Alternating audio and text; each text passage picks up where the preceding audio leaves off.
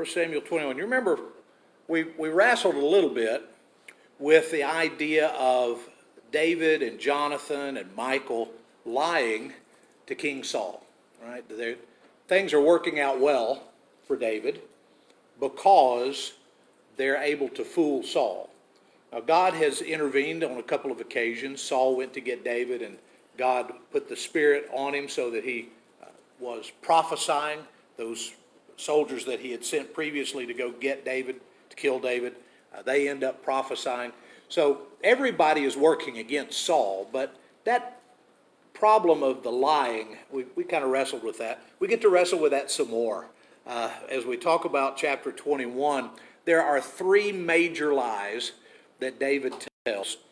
And he tells them to God's representative, the high priest at the tabernacle. So let's take a look at how this all unfolds.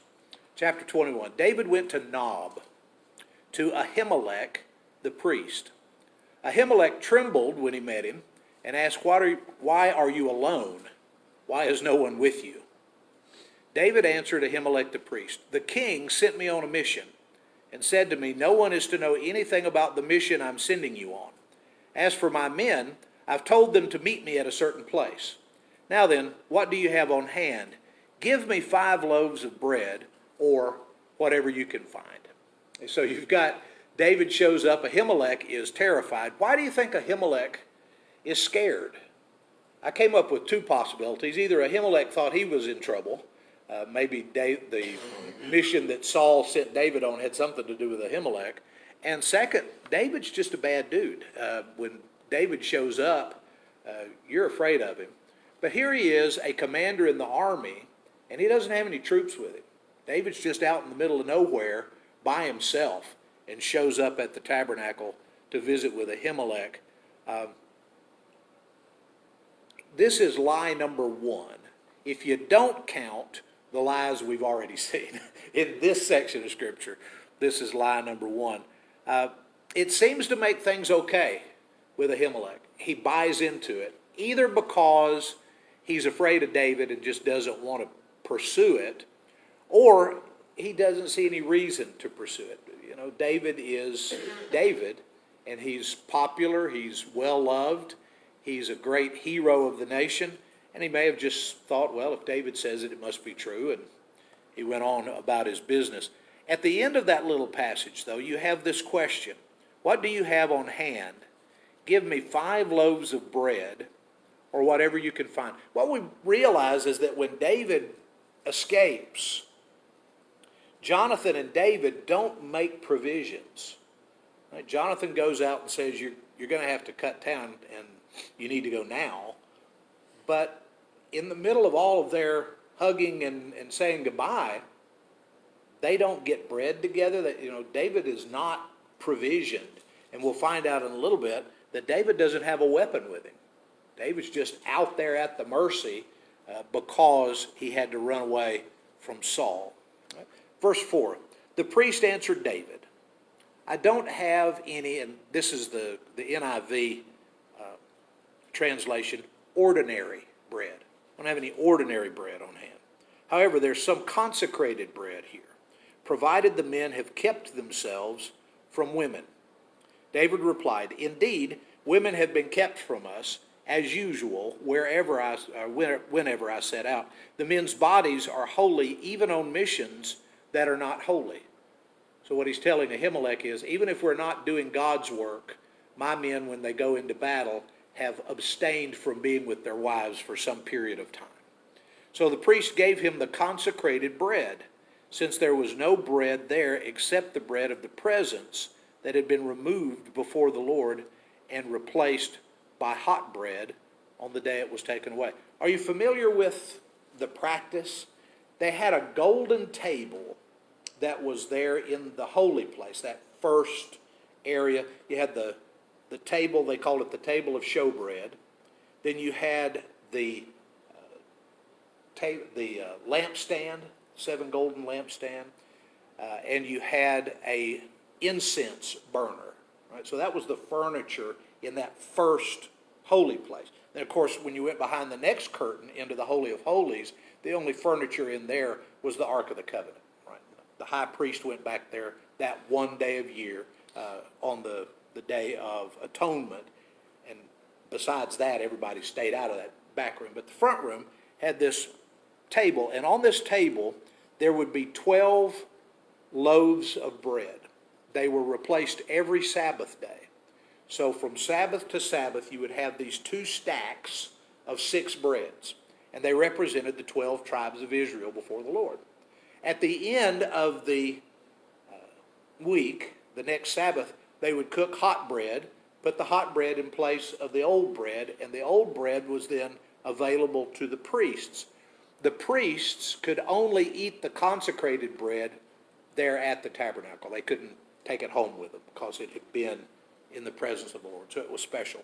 But nobody else was allowed. In fact, it belonged to the high priest. It was his and his family's. So the household of Aaron, when they first started the practice out in the wilderness, at the end of the week, Aaron and his sons would get those 12 loaves of bread.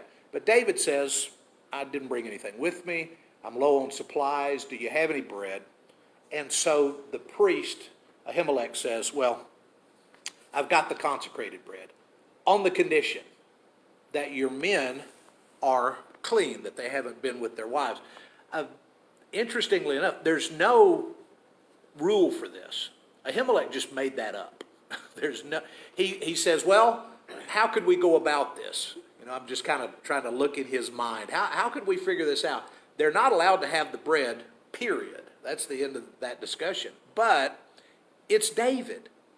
And if it's David, I've got to come up with a way for him to be able to have it, because everybody knows that David's the good guy. So we've got to take care of David. So he just, out of the blue, well, if they're consecrated, if the men are holy, then we can let them have the bread. So that's the way he decides to deal with it. Run over to the New Testament, Mark chapter 2. Jesus uses this occasion to defend himself against some of the religious leaders when his followers, his disciples, were going through the grain fields and they were gleaning. They were allowed legally to take heads of grain and peel them and eat the grain while they're walking through these grain fields. But it was on the Sabbath day. So the question comes up, even though they're allowed to have the grain, is it legal because it's a Sabbath day? So Jesus gives a couple of examples of why he thinks that they don't need to be concerned in his business, basically.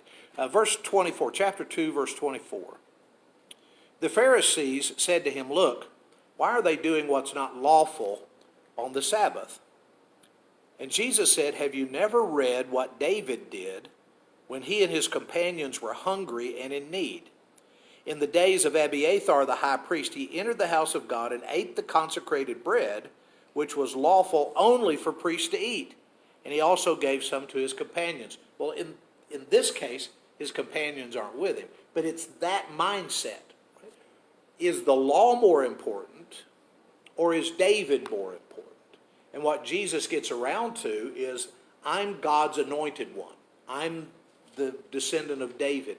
And you should allow me some leeway, and my disciples some leeway, because the man is more important than the regulation. That's exactly what Ahimelech was thinking. Right?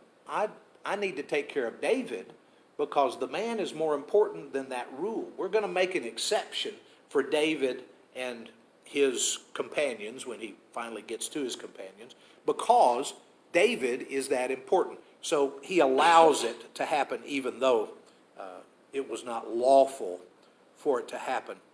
So Jesus picks up on that and uses it 1,000 years later to say, if it's good for David, it's good for David's descendants.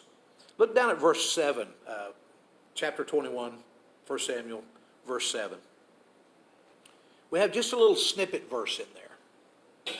One of Saul's servants was there, detained before the Lord. So his job was to help in the tabernacle. He was Saul's chief shepherd named Doeg. Wouldn't you hate to have that one? Doeg, he was from Edom. So Doeg, he's there working, and he overhears this conversation. He sees David. So David has no one with him to protect him. He doesn't have his army. But Doeg doesn't want any part of David.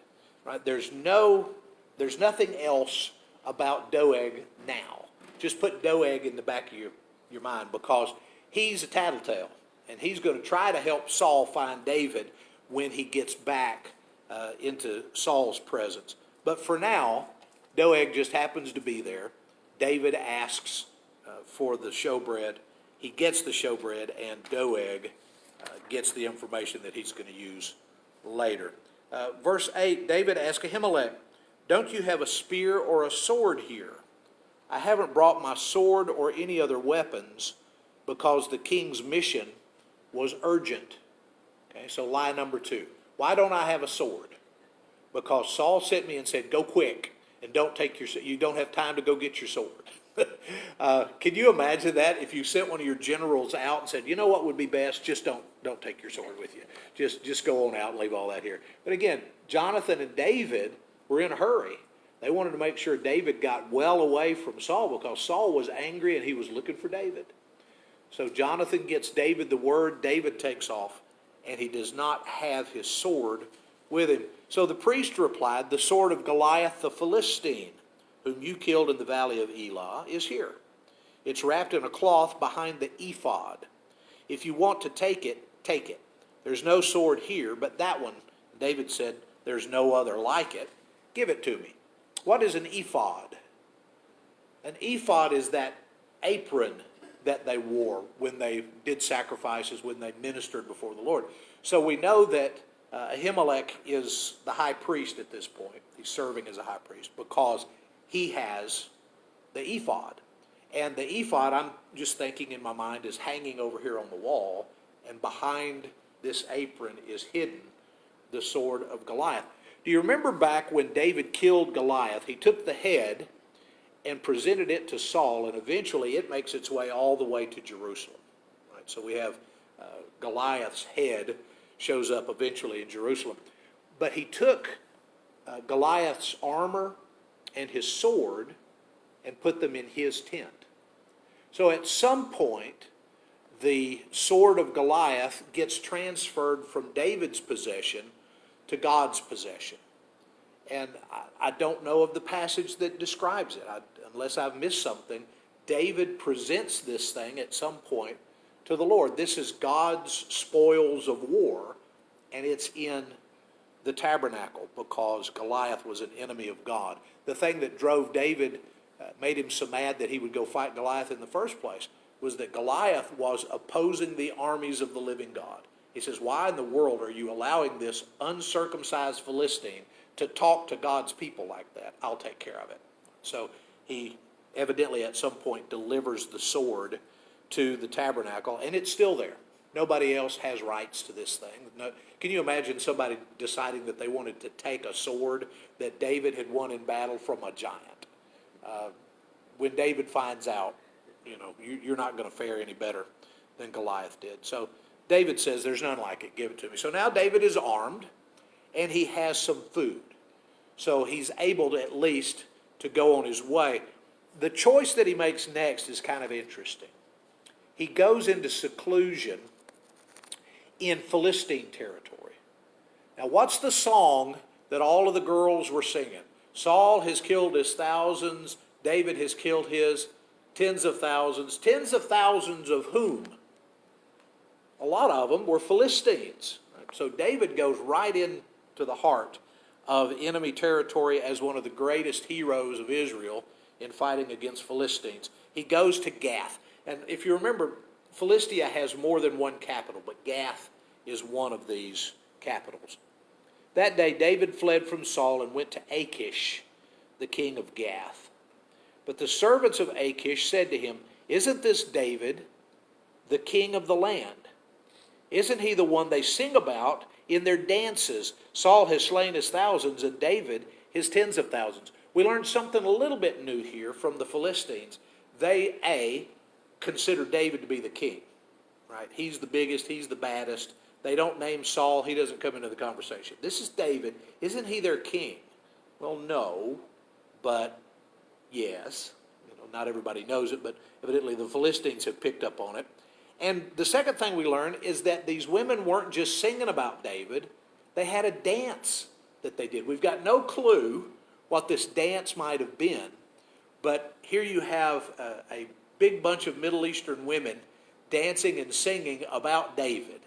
So kind of put that in the back of your mind. He was celebrated, not just verbally, but these girls had some dance that they did that went along with the song that they sung. Verse 12, David took these words to heart, and he was afraid of Achish, the king of Gath. Oh, by the way, where was Goliath from? Anybody remember? Gath. So he pretended to be insane in their presence. While he was in their hands, he acted like a madman, making marks on the doors of the gate and letting saliva run down his beard. So David says that my best plan of action is drool a lot. So David drools, and they buy it. They decide that David is harmless for some reason. Achish says to his servants, "Look at the man, he's insane. Why bring him to me? Am I so short of madmen that you have to bring me this fellow to carry on like this in front of me? Must this man come into my house? Get him out of here. Why'd you bring him in here?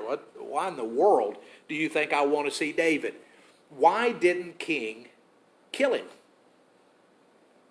Did you ever watch movies where the good guy gets caught? Well, it's every movie. The good guy gets caught by the bad guy. And the bad guy is going to kill him one of these days. And so we're building up to the bad guy killing him. And the whole time we're building up to the bad guy killing the good guy is making good his escape. And at the end, the good guy wins, the bad guy dies. And when we watch movies, Becky will attest to this, when we watch movies and the good guy gets caught, I start in. Kill him now. Don't wait. If you wait, he's going to get you. That's what they did with David. They just kind of let him be there. He has killed thousands of Philistines, and the Philistine king says, I don't have anything to do with him. He's just a nut. Just leave him alone. So lie number 3 is that David's a nut, that he's insane, and he's just there and not any kind of danger to any of them. So again, David's afraid. He's doing what he has to do. He's on the lam. He now has Goliath's sword, but he's not trying to use it. He got enough sustenance to get him to Gath, and he runs away to the enemy territory. But he's not making waves. He's just trying to hide out, be in seclusion, and it's working. So you get to the end of chapter 21, and you have that same outcome, chapter after chapter after chapter. You go, well, why in the world, A, would God allow this? Why is this the plan? And B, why does this work? How could he do that and still be okay? And the answer is about the same. David is God's man, and God is making sure that whatever plans David makes, whatever game plan he comes up with, gets blessed. And even when David is lying, it's blessed. And when David gets through with this episode, he'll go on down the highway and eventually be the king of Israel. But the way he gets there is bumpy and sometimes just what we would consider immoral. But David is God's man. He's the anointed king of Israel. He's going to someday sit on that throne, and God is making sure that that's the case. Any questions about this little snippet? One more thing. Remember that we still have dueling priests. Right? Saul isn't listening to this priest as much as he's listening to the descendants of Eli. Right? Eli's grandsons are still around. So we've still got different folks who are trying to be the spiritual leaders. Samuel, still alive. Right? So the spiritual landscape is kind of in turmoil. David goes to one who accepts him, helps him, promotes his agenda, gives him the things that he needs, and sends him on his way. And because of that, he is, at least for a while, safe from Saul. Any other thoughts, questions? Okay, tell you guys bye.